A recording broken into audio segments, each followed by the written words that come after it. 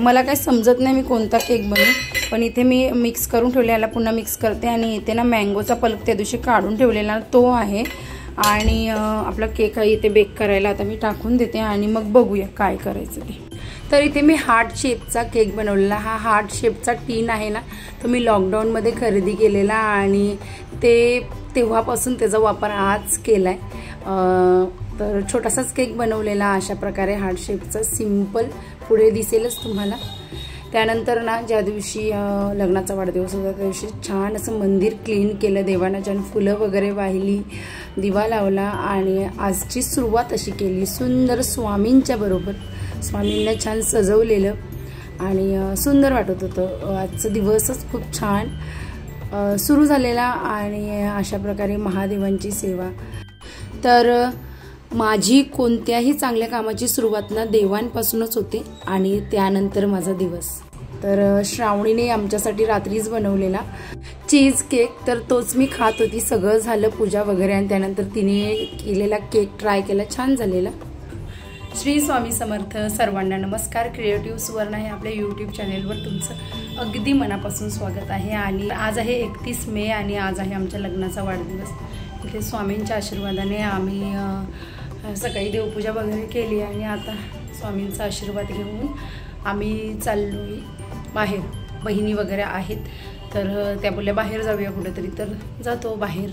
वाजलेले आहेत 7 वाजलेले आहेत, लेट ठरलं म्हणजे आम्ही सकाळी दुसरीकडे जाणार होतो पण ना मला बरं नाही आहे, माझा एक साईडचा भाग दुखते, डोकं दुखते, एक साईडचा पाय दुखते आणि तरीसुद्धा संध्याकाळी एवढी सुंदर तयारी करून निघालेली आहे।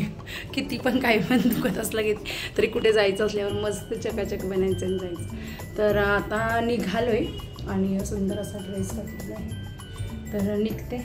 श्रावणी हे वगैरे श्रीयाल खाली गेलं, मीच एकटीवर आहे, पटकन ये मला सांगितलेलं आहे। तर चला इथे स्वामी आणि निघूया, बघूया काय। आम्ही मुलांनाच बेसिकली मुलांना खेळवण्यासाठी, बाकी काही नाही, कुठे विशेष जाण्याचा प्लॅन नाही। जायचं होतं सकाळी पण मलाच बरं नसल्यामुळे कॅन्सल केला। तर चला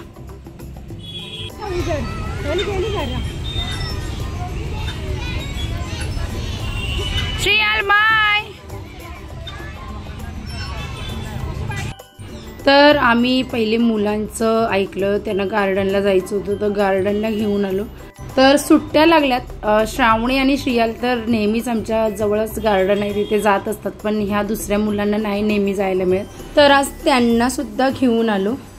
त्यानंतर ना आम्ही सुद्धा बराच वेळ बसलेलो, गार्डन बोललं का बसायला सुद्धा छान जागा असते, निवांत बसलेलो, थोडा वेळ घालवला तिथे आम्ही आणि त्यानंतर आम्ही निघालो। तर इथे चंद्र बघू शकता किती सुंदर, चंद्रनं कलेने छान उगवलेला, छान दिसत होता। आणि त्यानंतर आम्ही सेल्फी वगैरे काढली आमची आठवण म्हणून। त्यानंतर गणपती मंदिरमध्ये आलो, अगोदर गणपती मंदिरला येणार होतो पण ह्यांचं ना पुढे काम होतं त्यामुळे आम्ही अगोदर पुढे गेलो, नंतर पुन्हा मागे आलो घरच्या रस्त्याने। इथे गणपती मंदिरमध्ये शूट अलाउड नाही आहे पण श्रावणीने थोडक्यात काढलेलं आणि आमच्याकडचा डोंबिवलीचा गणपती मंदिर, त्यानंतर खाल्लं पिल्लं आणि मग घरी निघालो। इथे श्रीयाल बघू शकता, श्रीयाल बघा छान गोंडस आहे माझं ते। आणि त्यानंतर ना घरी आलो, घरी आल्यावर ना इथे तुम्ही बघू शकता काय धुमाकूळ चाललेला, खरंच सांगून फायदा नाही। इथे ना आमच्या लग्नाचे फोटो काढलेले सगळे बघत होते, म्हणजेच त्यांचं चाललेलं आणि आम्ही किती सगळेजण किती बारीक आहोत, सगळेजण अंगाने बारीक, वय तर कमी होतंच पण अंगाने किती बारीक काडी आहोत हे ह्याला बघून आम्ही सगळेजण हसत होतो। तर इथे हे आमचं लग्नाचे फोटो, हा पहिला लुक होता पिवळ्या साडीमधला आणि हा दुसरा लुक होता माझा गुलाबी साडी आणि मी लग्नामध्ये फॅन्सी साड्या घेतलेल्या। त्यानंतर जेवण बाहेरच मागवलेलं त्यामुळे आम्ही इथे मजा करत होतो आणि फायनली आम्ही काय केलं ते पुढे सांगते। सिंपल बनवले, मँगो केक बनवले आणि सिंपलच आहे, साधा सिंपल बनवलं कारण का बनवलं।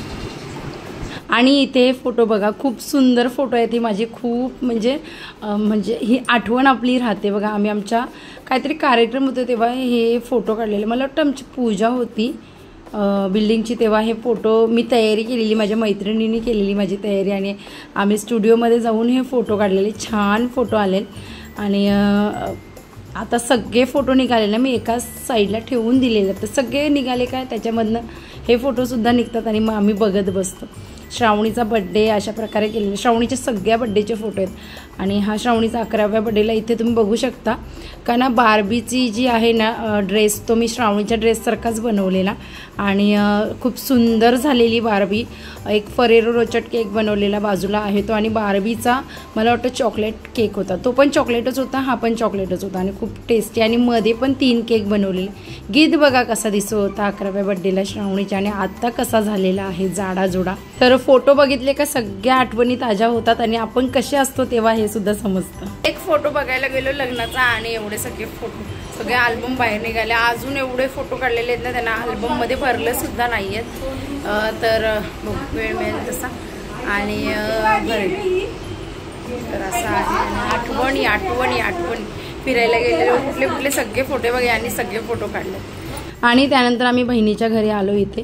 तर करणार होती माझ्याच घरी, पण नंतर विचार केला का चला, ती बोलली चल आमच्याकडे आपण वस्तीला राहूया, काय काय करूया. तर मग फायनली आम्ही आलो इकडे आणि त्यानंतर इथे केक कट करताना ना श्रियाल खूप त्रास देत होता, त्यामुळे ना त्याला मी काय काय दाखवत होती, काय काय करत होती, तक्ष्वीसुद्धा. आणि फायनली बहिणीने आरती केली आणि आम्ही आमचा लग्नाच्या वाढदिवसाचा केक कापला.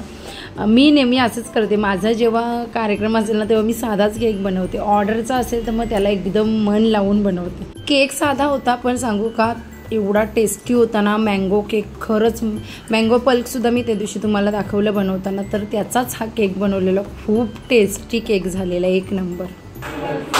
To you happy anniversary to you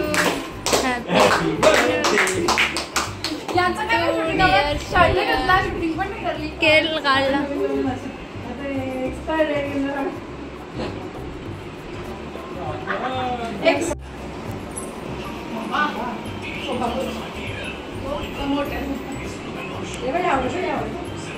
तर हा ब्लॉग इथपर्यंतच. असा ब्लॉग तुम्हाला आवडला असेल तर जरूर लाईक शेअर, चॅनलला सबस्क्राईब करा. भेटूया छानशा नेक्स्ट ब्लॉगमध्ये. आता बाय.